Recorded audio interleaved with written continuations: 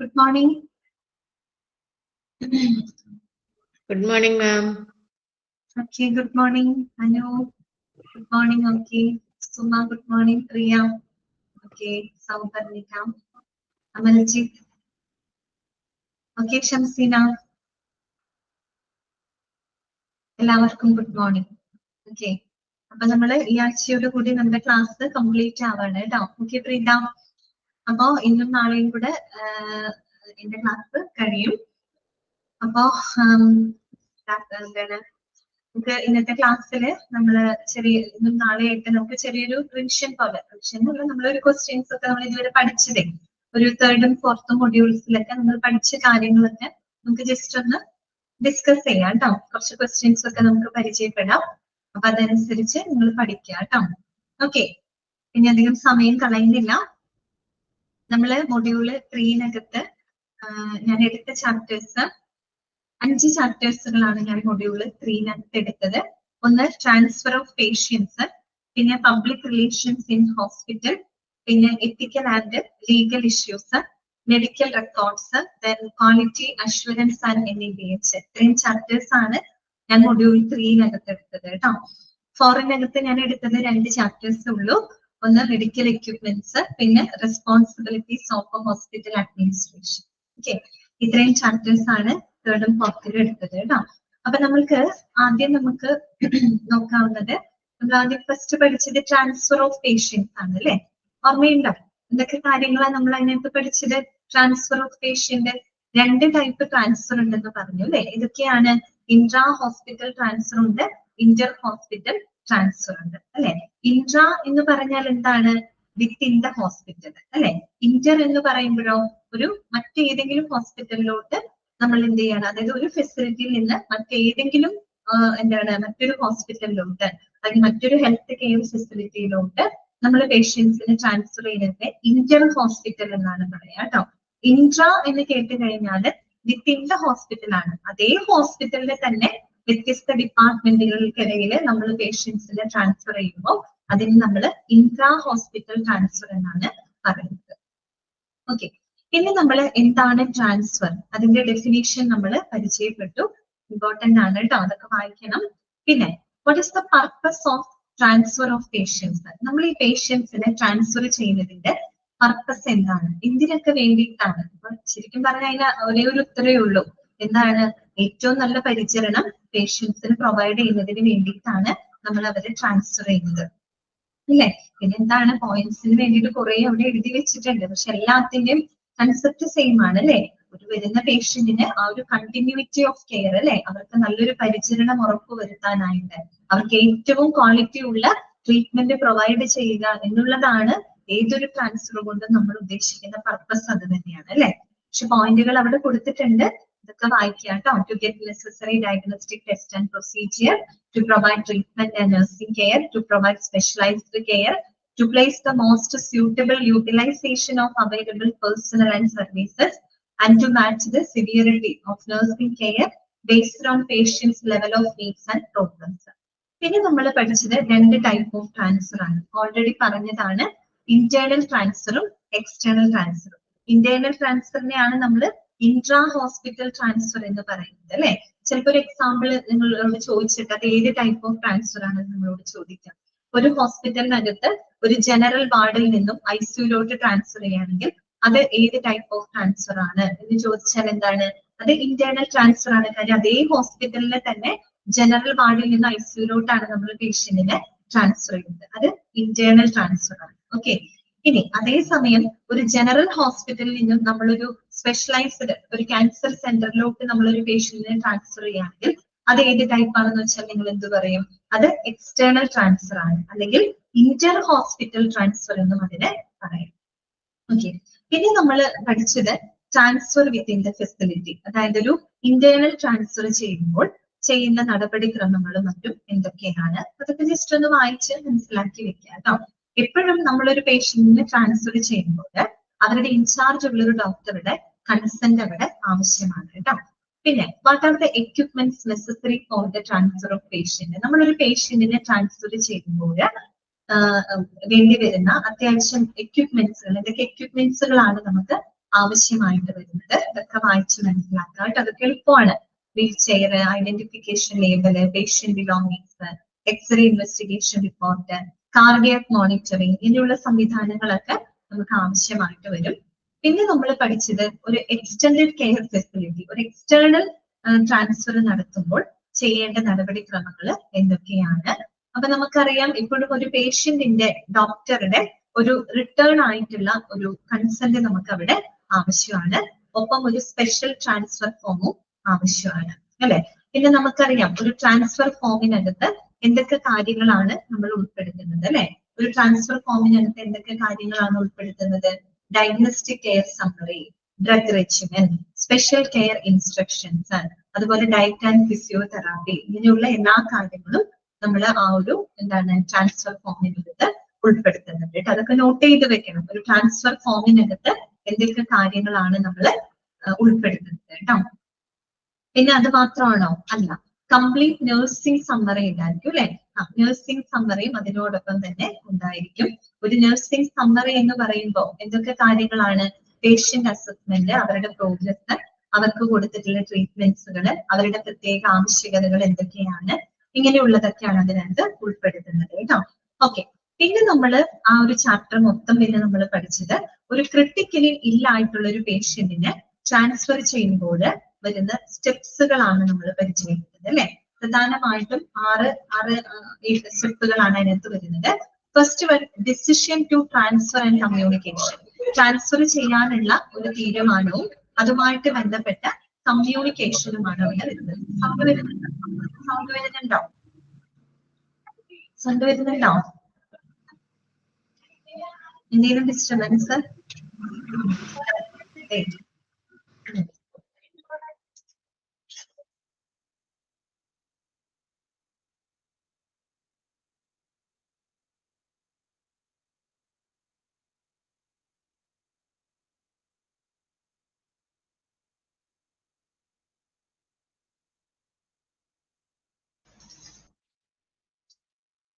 Okay,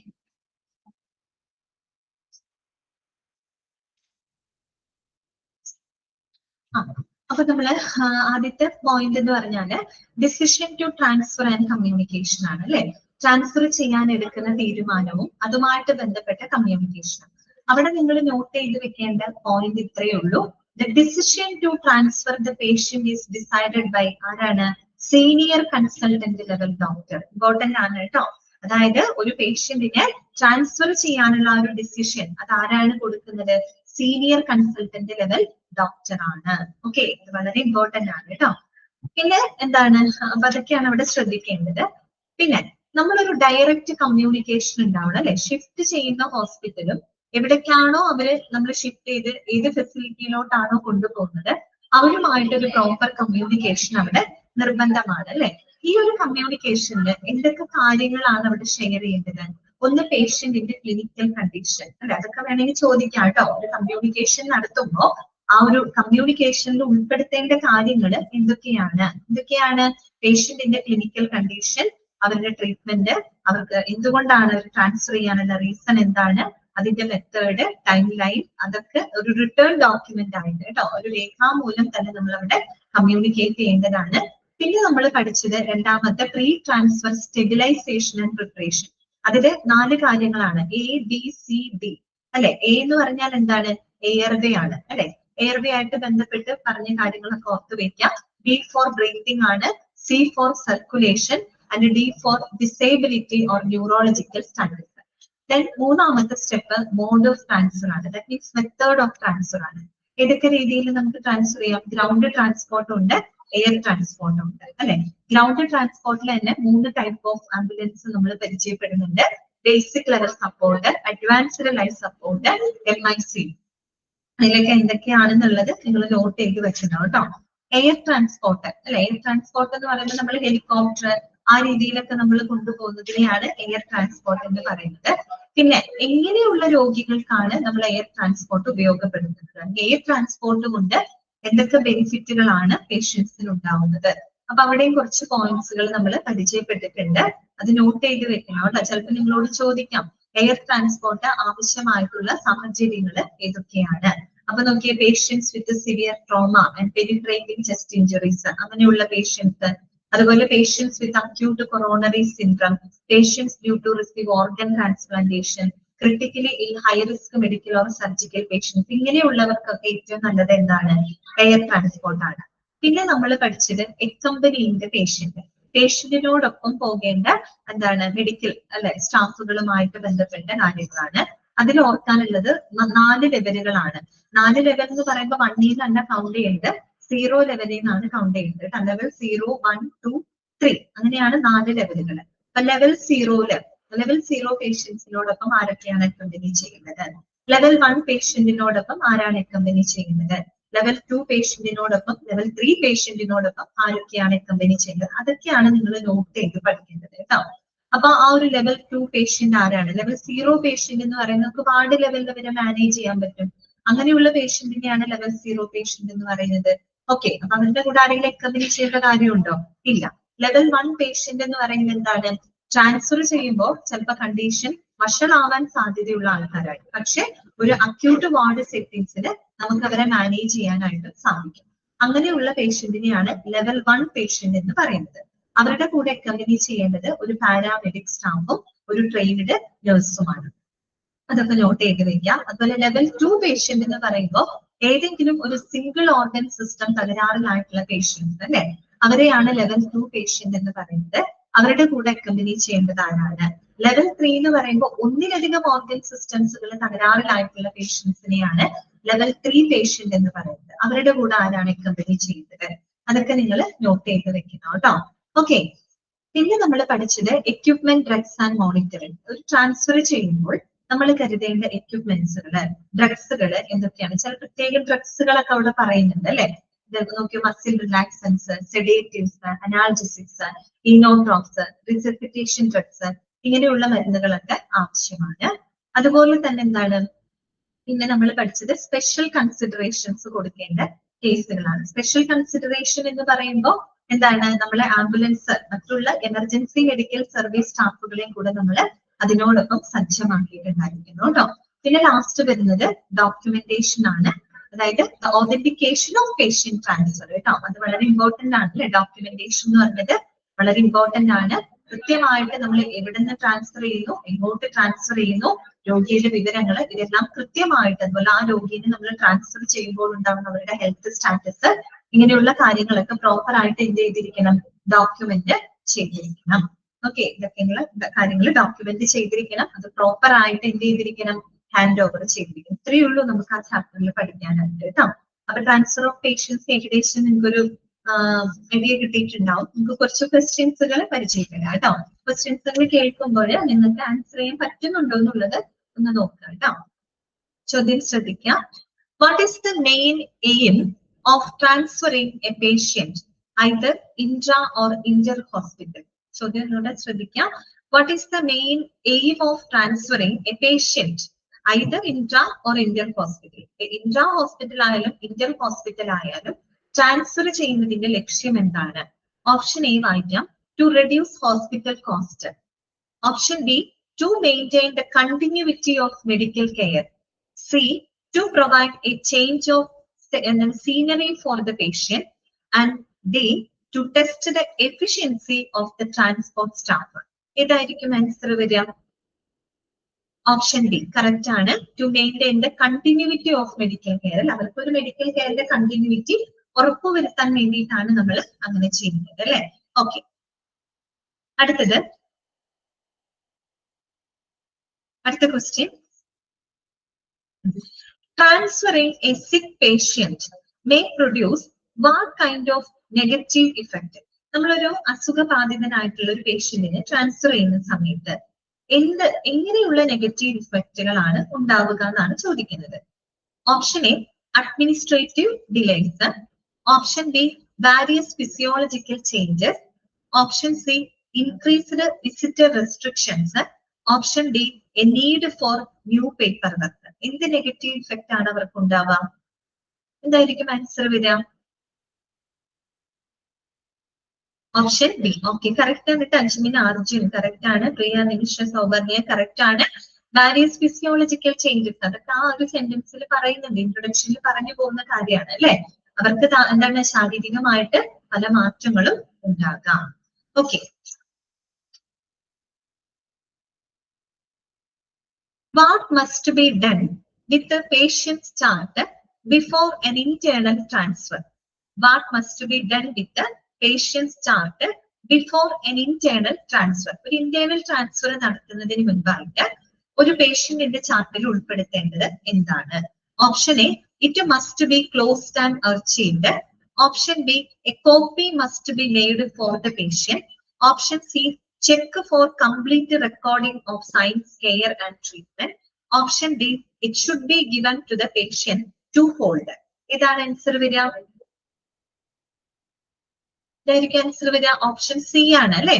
check for complete recording of signs, care and treatment. നമ്മൾ പ്രത്യേകം പറയുന്നുണ്ട്, ഒരു ഇന്റേണൽ ട്രാൻസ്ഫർ ചെയ്യുമ്പോൾ ചെയ്യുന്ന നടപടിക്രമങ്ങളും ഒരു എക്സ്റ്റേണൽ ട്രാൻസ്ഫർ നടത്തുമ്പോൾ ചെയ്യുന്ന നടപടിക്രമങ്ങളും അവിടെ കൃത്യമായിട്ട് പറയുന്നുണ്ട് അല്ലെ.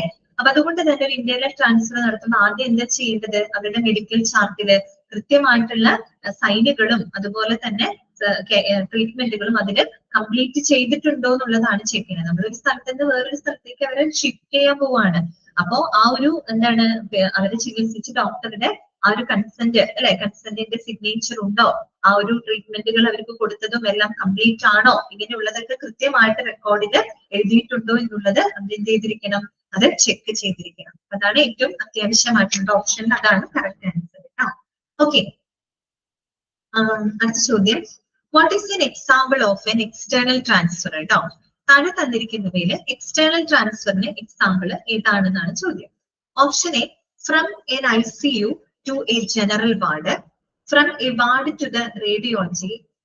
ക്വസ്റ്റ്യന് പ്രോപ്പർ അല്ല, കാര്യം എക്സ്റ്റേണൽ ട്രാൻസ്ഫർ എന്ന് പറയുമ്പോൾ ഒരു ഹോസ്പിറ്റലിൽ നിന്ന് വേറൊരു ഹോസ്പിറ്റലിലോട്ട് ട്രാൻസ്ഫർ ചെയ്യുന്നതാണ്. അതിപ്പോ ഒരു ഹോസ്പിറ്റലില് ഒരു ഡിപ്പാർട്ട്മെന്റിൽ നിന്ന് മറ്റേത് ഹോസ്പിറ്റലിലെ ഡിപ്പാർട്ട്മെന്റിലേക്ക് പോകുന്നതിനാണ് എക്സ്റ്റേണൽ ട്രാൻസ്ഫർ എന്ന് പറയുന്നത് കേട്ടോ. ഓക്കെ, അപ്പൊ അത് വേണ്ട, അറിയാം.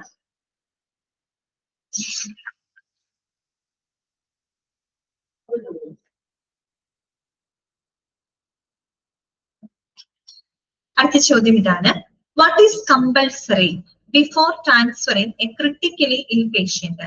What is compulsory before transferring a critically ill patient? കേട്ടോ, ഒരു ക്രിട്ടിക്കലി ഇല്ലായിട്ടുള്ള പേഷ്യന്റിനെ ട്രാൻസ്ഫർ ചെയ്യുമ്പോൾ നിർബന്ധമായിട്ടുള്ള കാര്യങ്ങൾ എന്തൊക്കെയാണ്? Option A, A verbal consent from the patient. Option B, A return and informed consent from the patients relatives. Option C, approval from the hospitals legal team. Option D, A down payment for the transfer. ഇതാണ് correct answer വരിക. Option C ആണോ? C ആണോ answer? ഒന്നുകൂടെ ഞാൻ options വായിക്കാം. Option A, A verbal consent from the patient. Okay. Option B, A return and informed consent from the patients relatives. Option C, approval from the hospitals legal team. Option D, A down payment for the transfer. ഇതാണ് correct. Option B ആണ് കേട്ടോ. Return and informed consent from the patient relatives. അതാണ് നമുക്ക് തന്നിരിക്കുന്ന ഓപ്ഷനിലെ apt ആയിട്ടുള്ള answer. അതാണ് കേട്ടോ. Okay, അതുപോലെ നമ്മൾ ABCD എന്ന് പറഞ്ഞ് പഠിച്ചില്ല അല്ലെ. എ എന്താണ്? എയർവേ ആണ്. B ഫോർ ബ്രീത്തിങ് ആണ്. C ഫോർ സർക്കുലേഷൻ ആണ്. D ഫോർ ഡിസേബിലിറ്റി ആണ് കേട്ടോ. അതൊക്കെ നോട്ട് ചെയ്ത് വെക്കണം.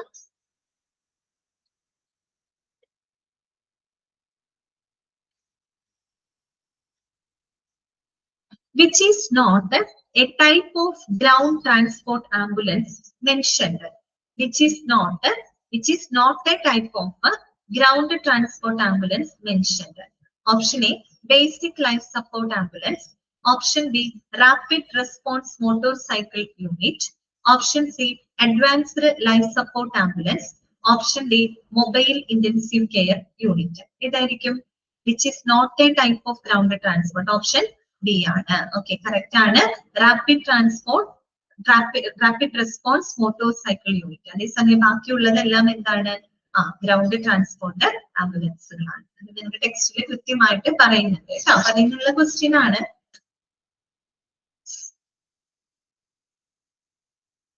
അടുത്ത question, what is the minimum number of proficient personnel suggested to accompany a patient during a transfer. ഞാൻ ടെക്സ്റ്റിൽ പറഞ്ഞു പോയിട്ടുണ്ട്. നിങ്ങൾ ഓരോ സെന്റൻസ് വായിക്കുമ്പോൾ ശ്രദ്ധിച്ച് മനസ്സിലാക്കി വായിക്കണം കേട്ടോ. What is the minimum number of proficient personnel suggested to accompany a patient during a transfer? ഞാൻ ഓപ്ഷൻ തരുന്നില്ല, നിങ്ങൾക്കൊന്ന് ഗസ് ചെയ്യാമോ? ഒരു minimum number of proficient personnel. Okay, very good, correct ആണ്. 2 ആണ് ആൻസർ കേട്ടോ. അതിൽ പറയുന്നുണ്ട്, ടെക്സ്റ്റിൽ പറയുന്നുണ്ട് കേട്ടോ, കുറഞ്ഞത് ഒരു 2 സ്റ്റാഫുകളെങ്കിലും ഇത് ചെയ്യണം, ഒരു രോഗിയുടെ കൂടെ അക്കമ്പനി ചെയ്തിരിക്കണം. ഓക്കെ, അടുത്ത ചോദ്യം. A level 0 patient, a level 0 patient can be managed at what level and accompanied by whom? Level 0 patient can be managed at what level and accompanied by whom? Option A, ICU level accompanied by a doctor. Option B, ward level not normally needing specialized personnel. Option C, at home accompanied by a family member. Option D, any level accompanied by a paramedic. ഏതാണ് answer വരിക? Option B ആണ് കേട്ടോ. അതെന്നെ D answer പറഞ്ഞത് D തെറ്റിപ്പോയതാന്ന് തോന്നുന്നു അല്ലെ? D ഉദ്ദേശിച്ചത് D ആയി മാറിയതാന്ന് തോന്നുന്നു അല്ലെ? പ്രീത ഡി ആണ് പറഞ്ഞത്. എനിക്ക് തോന്നുന്നു ബി ആണ് ഉദ്ദേശിച്ചത്. ടൈറ്റിൽ വന്നപ്പോ ഡി ആയി പോയതാന്ന് തോന്നുന്നു അല്ലെ? ഓക്കെ, ഓപ്ഷൻ ബി ആണ് കേട്ടോ കറക്റ്റ് ആൻസർ. ലെവൽ 0 എന്ന് പറയുമ്പോൾ എന്താണ്? വാർഡ് ലെവൽ പേഷ്യൻസ് ആണ് കേട്ടോ. അങ്ങനെയുള്ള പേഷ്യൻസിന്റെ കൂടെ ആരെങ്കിലും അക്കമ്പനി ചെയ്യേണ്ട കാര്യമുണ്ടോ? ഇല്ല. So not normally needing a specialised person. അത് ഞാൻ പറഞ്ഞ ഓരോ ലെവലുകളും കൃത്യമായിട്ട് നോട്ട് ചെയ്ത് വെക്കണം കേട്ടോ. അടുത്ത ചോദ്യം ശ്രദ്ധിക്കാം. A level 3 patient, a level 3 patient requires advanced respiratory care and must be accompanied by whom? Option A, a trained nurse only. Option B, a paramedic only. Option C, a competent doctor along with a nurse and a paramedic. Option D, the patient's family. എന്താണ് answer വരിക? Option C ആണ് അല്ലെ? A competent doctor along with a nurse and paramedic കേട്ടോ. Okay, correct ആണ്. അടുത്ത ചോദ്യം ശ്രദ്ധിക്കാം. Why might invasive blood pressure inspection be a cautious choice for some patients?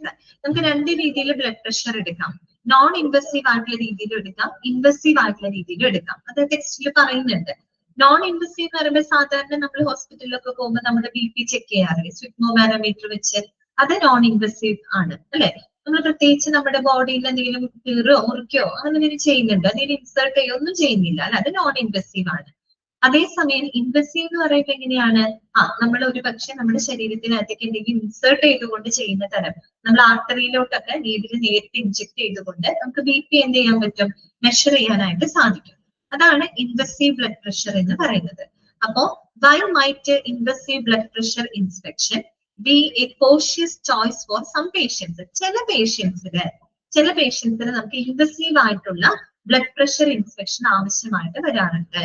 എന്തുകൊണ്ട് എന്നാണ് ചോദ്യം. Option A, it is too slow.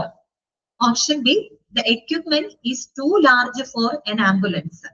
Option C, non-invasive BP may be affected by motion artifacts. Option D, it is not accurate. ഇതാണ് answer വരിക. ഇതായിരിക്കും answer വരിക. Okay, correct ആണ് കേട്ടോ. Joicy, Priya, Soubarni, Arjun correct ആണ്. സി ആണ് ആൻസർ അല്ലെ? Non invasive BP may be affected by motion artifacts. അതായത് നമ്മള് ഈ ട്രാൻസ്ഫർ ചെയ്യുന്ന സമയത്ത്, വണ്ടിയിൽ മൂവ് ചെയ്യുന്ന സമയത്ത് ആ ഒരു മോഷൻ മൂലം എന്ത് സംഭവിക്കാം? BP-യിൽ എന്തെങ്കിലും വാരിയേഷൻസ് കാണിക്കാം. കറക്റ്റ് BP കിട്ടണമെന്നില്ല അല്ലെ? അതുകൊണ്ടാണ് നമ്മൾ അത്തരം സന്ദർഭങ്ങളിൽ ഇൻവസീവ് ആയിട്ടുള്ള ബ്ലഡ് പ്രഷർ ഇൻസ്പെക്ഷൻ നടത്തുന്നത്. അതാവുമ്പോൾ നമുക്ക് കറക്റ്റ് റീഡിങ് കിട്ടുമെന്നാണ് പറയുന്നത് കേട്ടോ. ഓക്കെ, ഇതൊക്കെ നമ്മൾ ടെക്സ്റ്റിൽ പറഞ്ഞു പോയ കാര്യങ്ങളാണ്. അടുത്തത്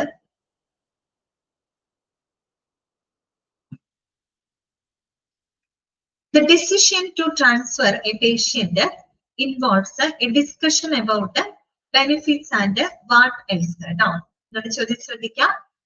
The decision to transfer a patient involves a discussion about benefits and what else. Option A, cost. Option B, risk. Option C, visiting hours. Option D, food options. ഇതാണ് വരിക. ഓപ്ഷൻ ബി ആണ്. ഓക്കെ, വെരി ഗുഡ്, കറക്റ്റ് ആണ്. റിസ്കിനെ പറ്റിയിട്ടാണ് അല്ലെ, അതിന്റെ കോസ്റ്റിനെ പറ്റിയിട്ടോ visiting അവേഴ്സോ food options ആണോ നമ്മൾ അവിടെ എടുക്കുന്നത്? അല്ല, റിസ്കിനെ പറ്റിയിട്ടാണ് നമ്മൾ ഡിസ്കസ് ചെയ്യുക. നമ്മളൊരു പേഷ്യന്റിനെ ട്രാൻസ്ഫർ ചെയ്യുമ്പോൾ അതുമൂലം വരാവുന്ന റിസ്കിനെ പറ്റിയിട്ടാണ് അവിടെ ഡിസ്കസ് ചെയ്യുന്നത്. Okay, a properly placed nasogastric tube can prevent what during the transfer? A properly placed nasogastric tube, that means it is the tube that is inserted through the nose into the stomach. അല്ലെ, നമ്മുടെ നോസിലൂടെ നമ്മുടെ സ്റ്റൊമക്കിലോട്ട് ഇറക്കി വിടുന്ന ആ ഒരു tube ആണ് അല്ലെ nasogastric tube എന്ന് പറയുന്നത്. So a properly placed nasogastric tube that can prevent what during the transfer? Option തരാം. Option A, dehydration. B, aspiration of gastric contents. Option C, hunger. Option D, anxiety. എങ്ങനെയാണ് prevent ചെയ്യുന്നത്? Option D ആണ്. Okay, aspiration of gastric contents അല്ലെ, gastric കണ്ടന്റുകൾ എന്താണ് വലിച്ചെടുക്കുന്നത്, ശ്വാസകോശത്തിലോട്ട് വലിച്ചെടുക്കുന്നത് നമുക്ക് avoid ചെയ്യുന്നതിന് വേണ്ടിയിട്ടാണ് ഇത്തരത്തിലുള്ള നാസോഗാസ്ട്രിക് ട്യൂബ് നമ്മൾ ഇൻസേർട്ട് ചെയ്യുന്നത്. ഓക്കെ, അടുത്ത ക്വസ്റ്റ്യൻ ശ്രദ്ധിക്കാം. What should be included in the transfer documentation? ഒരു ട്രാൻസ്ഫർ ഡോക്യുമെന്റേഷനിൽ നമ്മൾ എന്താണ് ഉൾപ്പെടുത്തുന്നത്? Option A, the patient's condition and reason for transfer. Option B, the cost of the ambulance. Option C, the names of the patient's visitors. Option D, the menu of the hospital cafeteria. ഇതാണ് answer വരിക.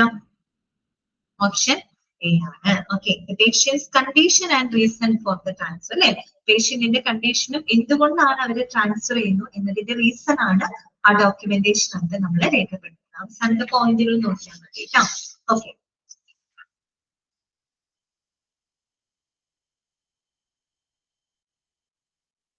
അടുത്ത question ശ്രദ്ധിക്കാം. Which drugs are mentioned as required for patient transfer? Which drugs are mentioned or required for the patient transfer? Option A, over-the-counter pain relievers. Option B, vitamins and supplements. Option C, muscle relaxants, sedatives, analgesics, inotropes and resuscitation drugs. Option D, herbal remedies. എന്താണ് വരിക? Option C ആണ് അല്ലെ. Okay, നമ്മൾ പറഞ്ഞതാണ് muscle relaxants, sedatives, analgesic, resuscitation ഡ്രഗ്സുകൾ ഇതൊക്കെയാണ് ആവശ്യമായിട്ട് വരിക. ഓക്കെ,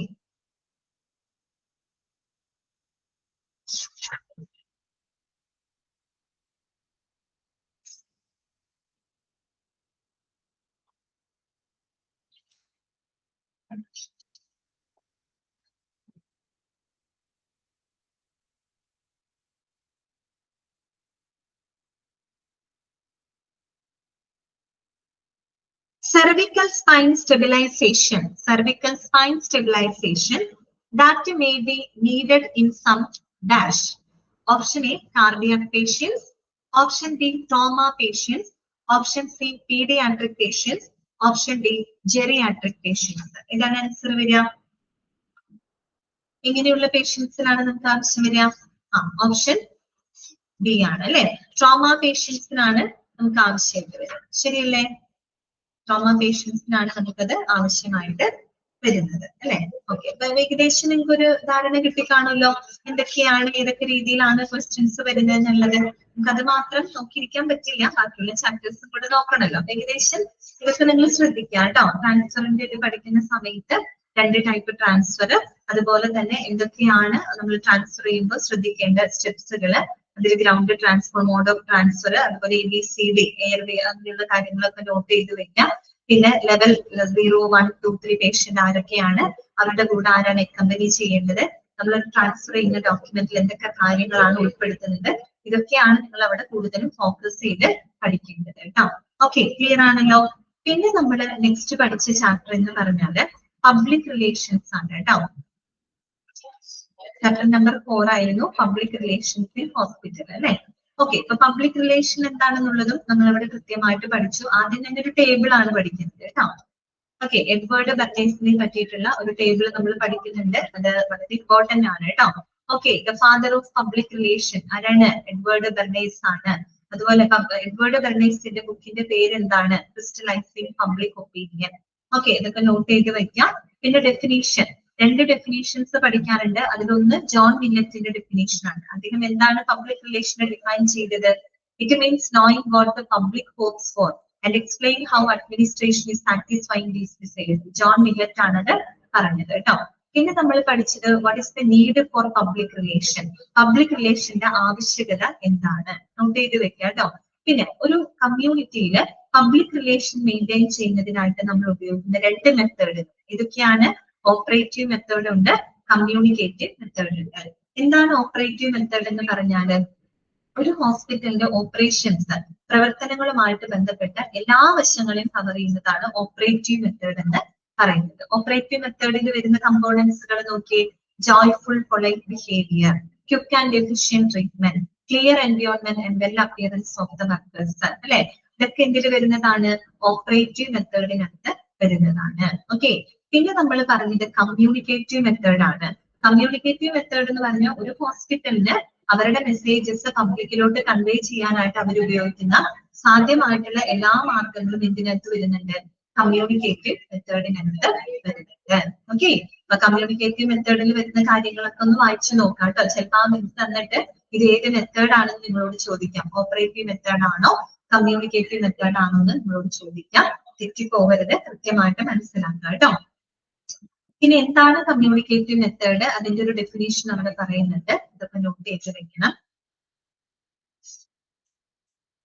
പിന്നെ നമ്മൾ പഠിച്ചത് കുറച്ച് എന്താ പറയാ ടേബിൾസ് മീൻസ് ഒരു ബോക്സസിലായിട്ട് കുറെ പോയിന്റുകളൊക്കെ നമ്മൾ പഠിച്ചു അല്ലെ. അതുപോലെ തന്നെ അഡ്വൈസറി കമ്മിറ്റി എന്ന് പറഞ്ഞാൽ എന്താണ്?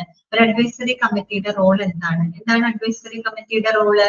To suggest the hospital administration the methods to overcome their shortcomings and interpret the functioning of the hospital to the community. അല്ലെ, അതായത് ഒരു അഡ്മിനിസ്ട്രേഷന് അവരുടെ പോരായ്മകൾ പരിഹരിക്കുന്നതിന് ആവശ്യമായിട്ടുള്ള എല്ലാ നിർദ്ദേശങ്ങളും കൊടുക്കുന്നത് ആരാണ്? അഡ്വൈസറി കമ്മിറ്റിയാണ് കേട്ടോ. പിന്നെ നമ്മൾ പഠിച്ചത് പബ്ലിക് റിലേഷൻ എന്താണ്? ഇവാലുവേറ്റ് ചെയ്യുന്നതിനായിട്ട് ഉപയോഗിക്കുന്ന ഇൻഡിക്കേറ്റേഴ്സ് എന്തൊക്കെയാണ്? ഇമ്പോർട്ടന്റ് ആണ്. ഏതൊക്കെ ഇൻഡിക്കേറ്റേഴ്സ് ഉപയോഗിക്കുന്നത്? Patient satisfaction survey, general opinion Paul, quality of care using checklist, number of complaints, ഒക്കെ നോട്ട് ചെയ്യണം കേട്ടോ. These are the indicators that is used for evaluating the public relation in the community. പിന്നെ എങ്ങനെയൊക്കെയാണ് ഈ indicators ഈ public റിലേഷനെ സ്വാധീനിക്കുന്നത്? കുറച്ച് പോയിന്റുകളൊക്കെ നമ്മൾ പഠിച്ചു അല്ലെ. Less the number of complaints received, better is the public relation. More volunteerism in a hospital, better is the public relation. അല്ലെ, അങ്ങനെയൊക്കെയല്ലേ നമ്മൾ പഠിച്ചത്. അങ്ങനെയുള്ള പോയിന്റുകളൊക്കെ നോട്ട് ചെയ്യുക കേട്ടോ. Minimal turn over of the staff indicates good public relation. അതുപോലെ higher consistency of the patients indicates better public relation. അല്ലെ, higher the donations indicates better the public relation. More LAMA patients indicates worser is the public relation. അങ്ങനെ ഓരോ ഇൻഡിക്കേറ്ററും ഏത് രീതിയിലാണ് public റിലേഷനെ സ്വാധീനിക്കുന്നത് അത് നമ്മുടെ ഒരു കോമൺ സെൻസ് വെച്ച് നമുക്ക് എഴുതാൻ പറ്റുന്ന കാര്യങ്ങളാണ്. അത്തരം പോയിന്റുകളൊക്കെ നോട്ട് ചെയ്ത് വെക്കുക കേട്ടോ. പിന്നെ നമ്മൾ പഠിച്ചത് ക്വാളിറ്റീസ് ഓഫ് PR കേട്ടോ. ഒരു പബ്ലിക് റിലേഷൻ ഓഫീസറുടെ ക്വാളിറ്റീസ് എന്തൊക്കെയാണ്? നല്ല പബ്ലിക് റിലേഷൻ ഉണ്ടായിരിക്കേണ്ട ക്വാളിറ്റീസുകൾ എന്തൊക്കെയാണ്? അതൊക്കെ ഒന്ന് വായിച്ചു പോവുക. പിന്നെ ഏറ്റവും ഇമ്പോർട്ടന്റ് ആയിട്ടുള്ള മറ്റൊരു ഭാഗമാണ് role of public relation officer കേട്ടോ. ഒരു പബ്ലിക് റിലേഷൻ ഓഫീസറുടെ റോൾ എന്താണ്? 4 റോളുകളാണ് അവിടെ പറയുന്നത്. 1 advocate, 2 communicator, 3 problem solver, 4 opinion master. അപ്പോ ഈ സോഷ്യോളജി, സൈക്കോളജി, അതുപോലെ തന്നെ journalism, these are the essential talents of public relation officer. As the role of ഏത് റോളിലാണ് ഇത് ആവശ്യമായിട്ട് വരുന്നത്? കമ്മ്യൂണിക്കേറ്റർ എന്ന റോളിലാണ് അല്ലെ. അതുപോലെ തന്നെ ഒരു പ്രോബ്ലം സോൾവർ എന്ന റോളിൽ എങ്ങനെയാണ്? ഒപ്പീനിയൻ മാസ്റ്റർ എന്ന റോളിൽ എങ്ങനെയാണ്? അപ്പൊ 4 റോളുകളും നിങ്ങൾ നോട്ട് ചെയ്ത് വെക്കണം. അതുപോലെ തന്നെ ഒരു പബ്ലിക് റിലേഷൻ ഓഫീസറുടെ ഫങ്ഷൻസുകള്, പ്രവർത്തനങ്ങൾ എന്തൊക്കെയാണ്? കണ്ടോ, അതിന് ഏതെങ്കിലും പോയിന്റുകളൊക്കെ തന്നെ നിങ്ങളോട് ചോദിക്കാം കേട്ടോ. ഒരു PROന്റെ ഫങ്ഷൻസ് എന്തൊക്കെയാണ്? ഇതൊക്കെ വായിക്കണം. ഇതൊക്കെയാണ് മെയിൻ ആയിട്ട് ആ ഒരു ചാപ്റ്ററിനകത്ത് നമുക്ക് പഠിക്കാനായിട്ട് കേട്ടോ. ഓക്കെ, അതുമായിട്ട് ബന്ധപ്പെട്ട് കുറച്ച് ക്വസ്റ്റ്യൻസുകൾ നമുക്ക് പരിചയപ്പെടാം.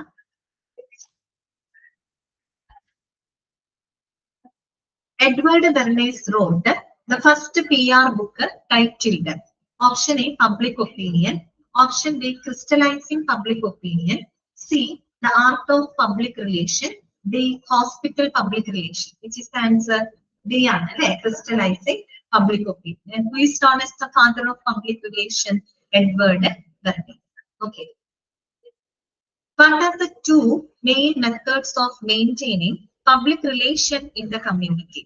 ഇതാണ് ഞാൻ ഓപ്ഷൻ തരണോ, അല്ലാണ്ട് തന്നെ നിങ്ങൾക്ക് അറിയാലോ ഏതൊക്കെ മെത്തേഡുകളിലൂടെയാണ് നമ്മൾ പബ്ലിക് റിലേഷൻ മെയിൻറ്റെയിൻ ചെയ്യുന്നത്? Option A internal and external method, option B operative and communicative method, C direct and indirect method, D formal and informal method. ഇതാണ് answer, operative and communicative method. Okay, അടുത്ത question. Operative methods are related to what aspect of the hospital? Operative method are related to what aspect of the hospital? Option A, only the marketing department. Option B, every aspect of the hospital's operation. Option C, only the financial transactions.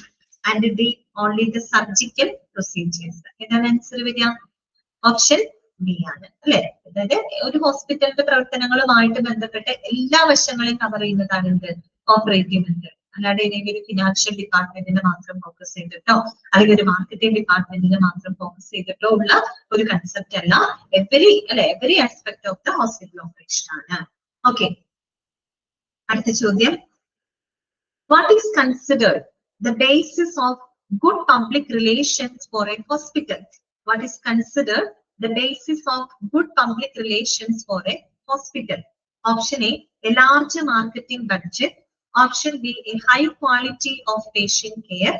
Option C, a complex organizational structure. Option D, frequent media advertising. What is the basis of good public relation of the hospital? Idana, yes, option B is the correct answer. A high quality of patient care. അത് തന്നെയാണ് ഏറ്റവും നല്ല quality ഉള്ള patient care കൊടുക്കുക എന്നുള്ളത് തന്നെയാണ് public റിലേഷന്റെ ഏറ്റവും basis ആയിട്ടുള്ള കാര്യം എന്ന് പറയുന്നത്. Okay,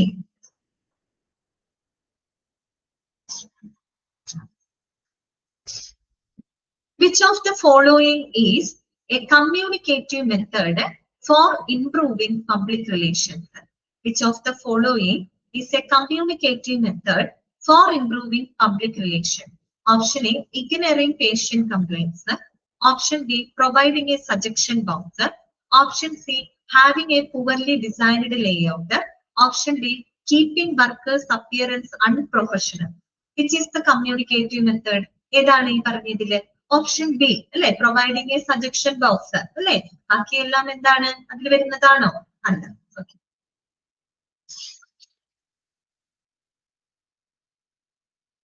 what is the purpose of signage and name board? Signage and name board ഒക്കെ വരുന്നത് communicative മെത്തേഡിലാണ്. Then what is the purpose of signage and name board? Option A, to confuse visitors ആണോ?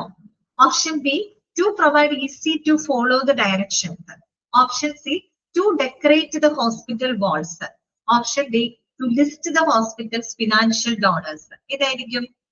Okay, option B, to provide the easy to follow the direction. ഇതൊരു communicative method ആണ് അല്ലെ, signage board എന്നൊക്കെ പറയുന്നത്.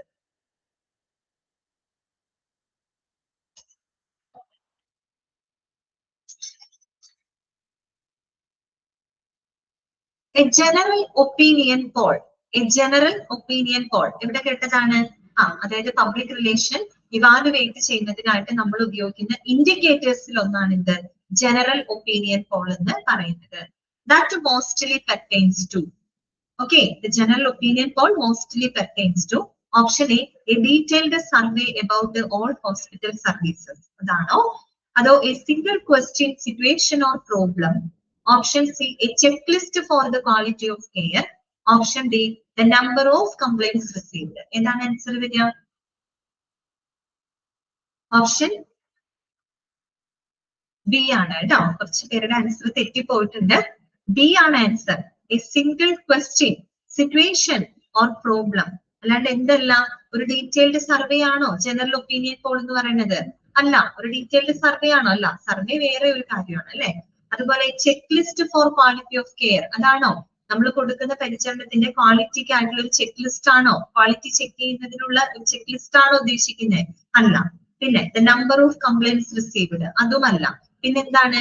പൊതുജനാഭിപ്രായ വോട്ടെടുപ്പ്. അവിടെ എന്ന് പറയുമ്പോൾ എന്തെങ്കിലും ഒരു സിംഗിൾ സ്റ്റേറ്റ്മെന്റ് ഉണ്ടാവും, അല്ലെങ്കിൽ ഒരു സിംഗിൾ ക്വസ്റ്റ്യൻ ഉണ്ടാവും. അത് നമ്മൾ പബ്ലിക്കിലേക്ക് ഇട്ടു കൊടുക്കും. എന്നിട്ട് അതിനെ പറ്റിയുള്ള പൊതുജനങ്ങളുടെ അഭിപ്രായം എന്താണെന്ന് വെച്ചാൽ അത് പോൾ ചെയ്യാൻ പറയും, അല്ലെ? അതാണ് എന്ത്? General opinion. So answer is B ആണ് കേട്ടോ. A single question, situation or problem. ടെക്സ്റ്റിൽ തന്നെ കറക്റ്റ് അങ്ങനെ തന്നെ കൊടുത്തിട്ടുണ്ട് കേട്ടോ.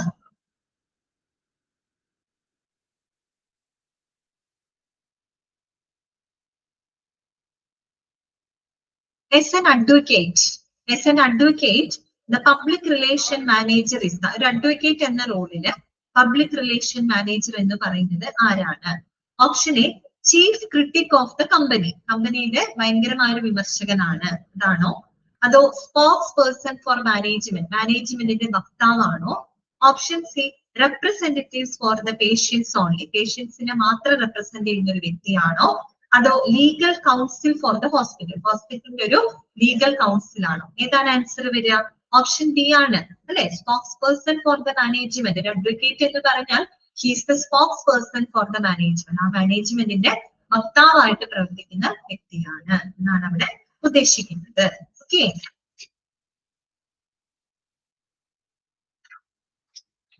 ഒരു ക്വസ്റ്റ്യൻ ശ്രദ്ധിക്കാം. The public relation department must get to know the local press well because. എന്തുകൊണ്ട്? നമ്മൾ പറയും ഒരു ഹോസ്പിറ്റലിലെ പബ്ലിക് റിലേഷൻ ഡിപ്പാർട്ട്മെന്റ് എന്ന് പറഞ്ഞാല് അവിടുത്തെ പ്രാദേശിക മാധ്യമങ്ങളെ പറ്റി അവർക്ക് വ്യക്തമായ ഒരു ധാരണ ഉണ്ടാവണം, അല്ലെങ്കിൽ പ്രാദേശിക മാധ്യമങ്ങളുമായിട്ട് നല്ലൊരു റിലേഷൻ അവര് മെയിൻറ്റെയിൻ ചെയ്തിരിക്കണം എന്ന് പറയുന്നത് എന്തുകൊണ്ട് എന്നാണ് ചോദ്യം. Option A, a hostile press can do a lot of harm. Option B, they can get free advertising. Option C, journalists make good patients. Option D, they can control what the press writes. എന്താണ് answer വരിക? ഇതായിരിക്കും. അയ്യോ, C ആണ് answer വരിക. C ആണ് answer. Journalist make good patients, അങ്ങനെയാണോ? Journalist make good patients ഇതാണോ? അല്ല. ഡി ഓപ്ഷൻ എന്താ? They can control what the press writes, അതാണോ? നമുക്കൊരു കൺഫ്യൂഷൻ തോന്നും, അതാണോ ഉത്തരം എന്ന് തോന്നും. ആൻസർ അതല്ല, ഓപ്ഷൻ എ ആണ് correct answer. A hostile press can do a lot of harm. നമ്മൾ ആ ടേബിളിൽ പറഞ്ഞ ആശയം എന്താണ്? നമ്മൾ പറഞ്ഞു ഒരു ഹോസ്പിറ്റലിലെ പബ്ലിക് റിലേഷൻ ഡിപ്പാർട്ട്മെന്റ് അല്ലെങ്കിൽ ഒരു പബ്ലിക് റിലേഷൻ ഓഫീസർക്ക് അവിടുത്തെ പ്രാദേശിക മാധ്യമങ്ങളുമായിട്ട്, ലോക്കൽ പ്രസ്സുമായിട്ട് നല്ലൊരു റിലേഷൻ ഉണ്ടായിരിക്കണം. എന്തുകൊണ്ടാണ് നമ്മൾ അങ്ങനെ പറയാൻ കാരണം? അതായത് ഒരു ഹോസ്റ്റൈൽ പ്രസ്, നമ്മൾ അവരുമായിട്ട് ഇപ്പോഴൊരു സൗഹാർദ്ദപരമായിട്ടുള്ള ഒരു റിലേഷൻ കീപ്പ് ചെയ്യണം.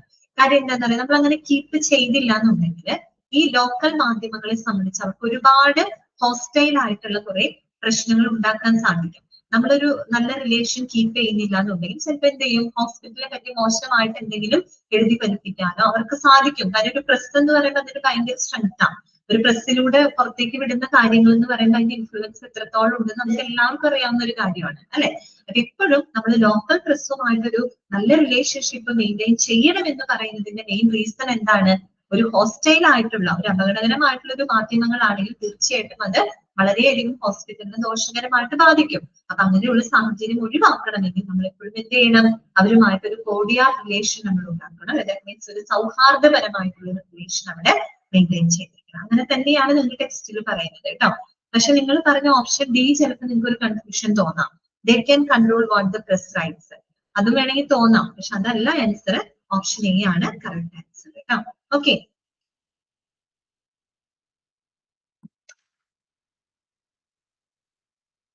അടുത്ത question. Who must control the clearance of all material intended for the release to public? നമ്മൾ പബ്ലിക്കിലേക്ക് റിലീസ് ചെയ്യാൻ ഉദ്ദേശിക്കുന്ന എല്ലാ മെറ്റീരിയൽസിന്റെ ക്ലിയറൻസ് ആരാണ് നടത്തേണ്ടത് കേട്ടോ? Option A, the head surgeon. Option B, the chief of public relation.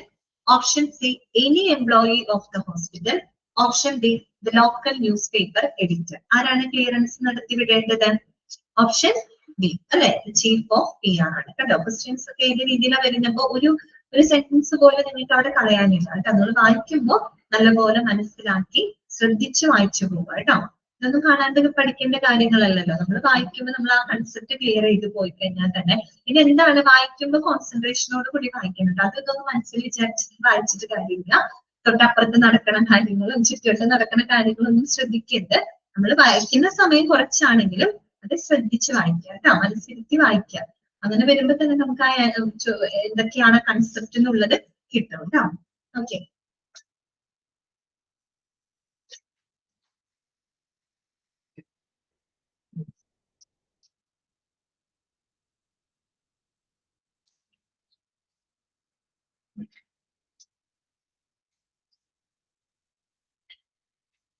a waiting room with the benches, water and refreshment facilities is an example of what?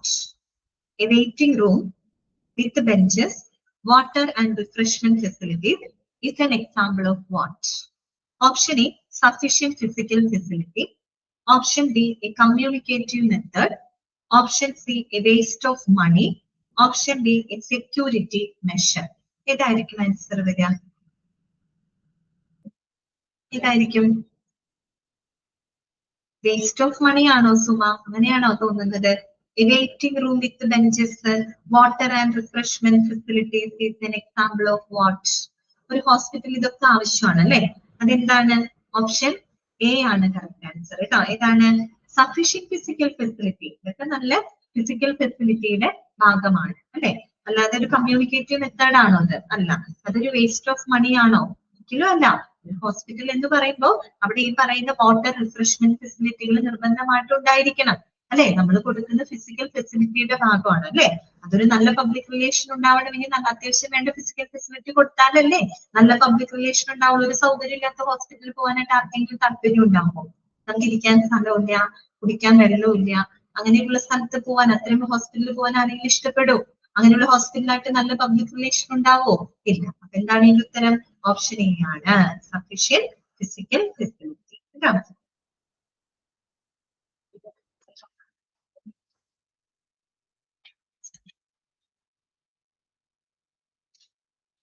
Next നമ്മൾ പഠിച്ച chapter ethical and legal issues ആണ് കേട്ടോ. അവിടെ പഠിക്കാൻ എന്ന് പറയുമ്പോൾ law എന്താണെന്ന് നിങ്ങൾ പഠിക്കണം, എത്തിക്സ് എന്താണെന്നുള്ളത് മനസ്സിലാക്കുക. ലോക്ക് നിങ്ങൾ 3 ഡെഫിനേഷൻസ് അവിടെ പഠിക്കുന്നുണ്ട്. പിന്നെ എന്തുകൊണ്ടാണ് ഇങ്ങനെയുള്ള ലീഗൽ എത്തിക്കൽ ആസ്പെക്ടുകൾ അറിയേണ്ടതിന്റെ ആവശ്യകത എന്താണ്, എന്തുകൊണ്ടാണ് അതിന്റെ പ്രാധാന്യം, അതുപോലെ എന്താണ് മെഡിക്കോ ലീഗൽ കേസ്, MLC അല്ലെ? അതായത് നിയമപരമായിട്ടുള്ള അന്വേഷണം ആവശ്യമായിട്ടുള്ള കേസുകളെയാണ് നമ്മൾ മെഡിക്കോ ലീഗൽ കേസസ് എന്ന് പറയുന്നത്. അതിന് എക്സാമ്പിളുകൾ നോട്ട് ചെയ്ത് വെക്കുക കേട്ടോ. അതേ ചാപ്റ്ററിൽ തന്നെ നമ്മൾ ടോർട്ട് നിയമത്തിന്റെ എക്സാമ്പിളും പഠിക്കുന്നുണ്ട്. ടോർട്ട് നിയമത്തിന്റെ എക്സാമ്പിളും പഠിക്കുന്നുണ്ട്, മെഡിക്കോ ലീഗൽ കേസിന്റെ എക്സാമ്പിളും പഠിക്കുന്നുണ്ട്. അത് രണ്ടും അങ്ങോട്ടും ഇങ്ങോട്ടും മാറിപ്പോകരുത് കേട്ടോ.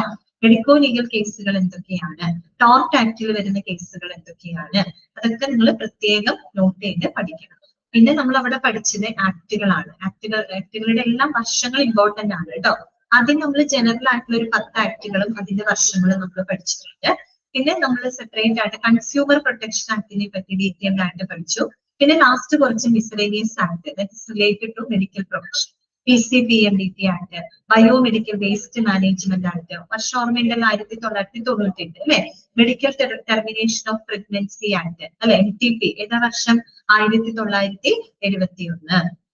PCPMDT ആക്ട് ഏതാ വർഷം? 1994 സെപ്റ്റംബർ സെപ്റ്റംബർ 20. ഓക്കെ, എന്താണ് അർജുൻ? ഫ്ലോ ചാർട്ടോ? ഏത് ഫ്ലോ ചാർട്ടാണ്? ഇതോ? ഇത് പഠിക്കണോ?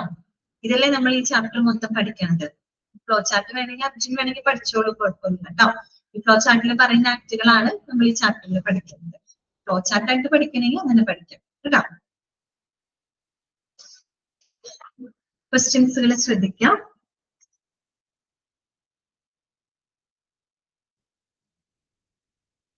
What is described as a system of moral principles concerned with what is good for individuals and society?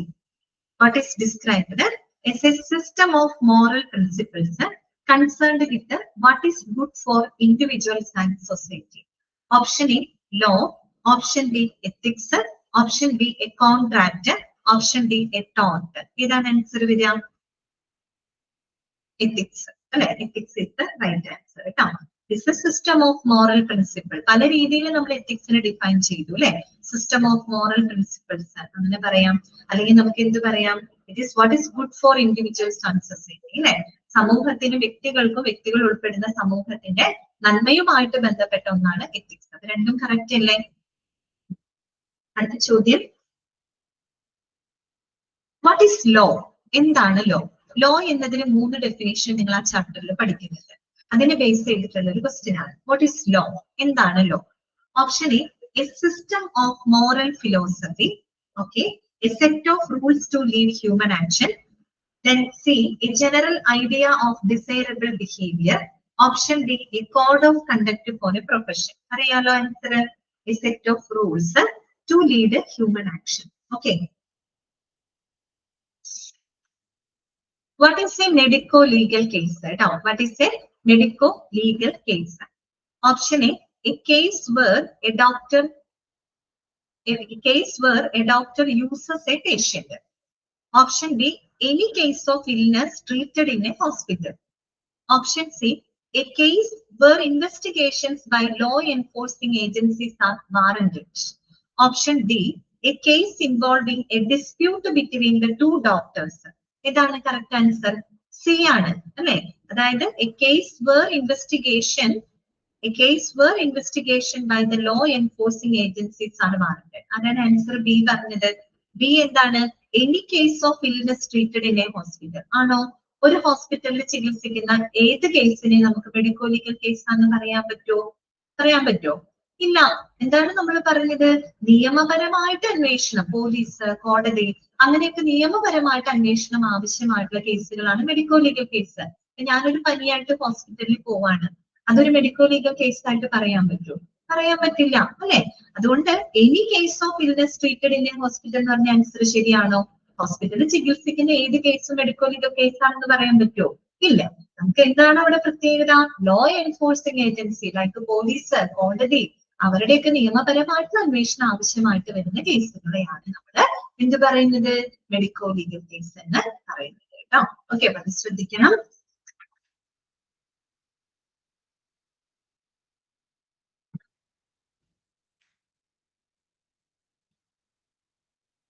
The Payment of Bonus Act 1965 applies to establishments with more than how many employees? The Payment of Bonus Act 1965 applies to establishments with more than how many employees? Option A 10, B 20, C 40, D 50. ഇതാണ് answer. C ആണ്. Okay, option C 40 ആണ് correct answer. Okay. Which type of hospitals are spared from the payment of bonus act? അത് ഞാൻ പഠിപ്പിക്കുമ്പോൾ പ്രത്യേകം ശ്രദ്ധിക്കാൻ പറഞ്ഞിരുന്നു അല്ലെ. Which type of hospitals are spared from the payment of bonus act? Option A, private hospitals. Option B, large corporate hospitals. Option C, charitable or non-profitable hospitals. Option D, all hospitals must comply. ഏതാണ് answer വരിക? Option C ആണ്, charitable or non profitable hospitals. Okay, clear?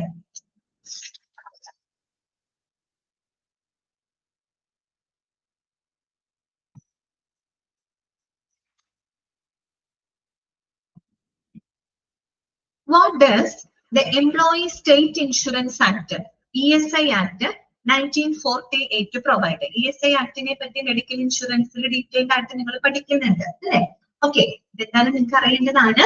What is the Employee State Insurance Act 1948 provide? Option A, minimum wages. Option B, a measure of social and health insurance. Option C, a retirement bonus. Option D, rules for industrial dispute. ഇതാണ് answer വരിക.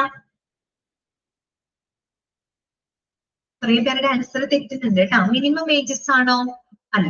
Option B ആണ് correct answer. Jason correct ആണ് പറഞ്ഞത് കേട്ടോ. Option A ആണ്, sorry, B ആണ് correct answer. Measure of social and health insurance. Minimum wages ആണോ? അല്ല. പഠിച്ചിട്ടുണ്ട് അല്ലെ. നമ്മൾ ഇൻഡസ്ട്രിയൽ വർക്കേഴ്സിനെ ലക്ഷ്യമിട്ടുകൊണ്ടുള്ള ഒരു ആക്ട് ആണ് അല്ലെ. ഇൻഡസ്ട്രിയൽ മിനിമം വേജസ് അല്ല, അതൊരു ESI ആശുപത്രി കേട്ടിട്ടില്ലേ? അതൊരു സോഷ്യൽ ആൻഡ് ഹെൽത്ത് ഇൻഷുറൻസ് ആണ് കേട്ടോ. Okay, clear? അപ്പൊ കുഴപ്പമില്ല, പഠിക്കുക കേട്ടോ. നന്നായിട്ട് തന്നെ പഠിച്ചു പോവുക. അപ്പൊ നാളത്തെ ഒരു ക്ലാസ്സും കൂടെയാണ് ഉള്ളത്. ആ ഒരു ക്ലാസ്സിൽ നമുക്ക് മറ്റുള്ള ചാപ്റ്റേഴ്സും കൂടെ ഒന്ന് ഓടിച്ചിട്ട് നമുക്കൊന്ന് പറയാം കേട്ടോ. ഓക്കെ, പഠിച്ചു തുടങ്ങിക്കോളൂ കേട്ടോ. നീ പഠിക്കാത്തവരൊക്കെ പഠിച്ചു തുടങ്ങാം. നീ സമയമൊന്നും കളയാനില്ല കേട്ടോ. നമുക്ക് ക്ലാസ് വൈൻഡപ്പ് ചെയ്യാലോ.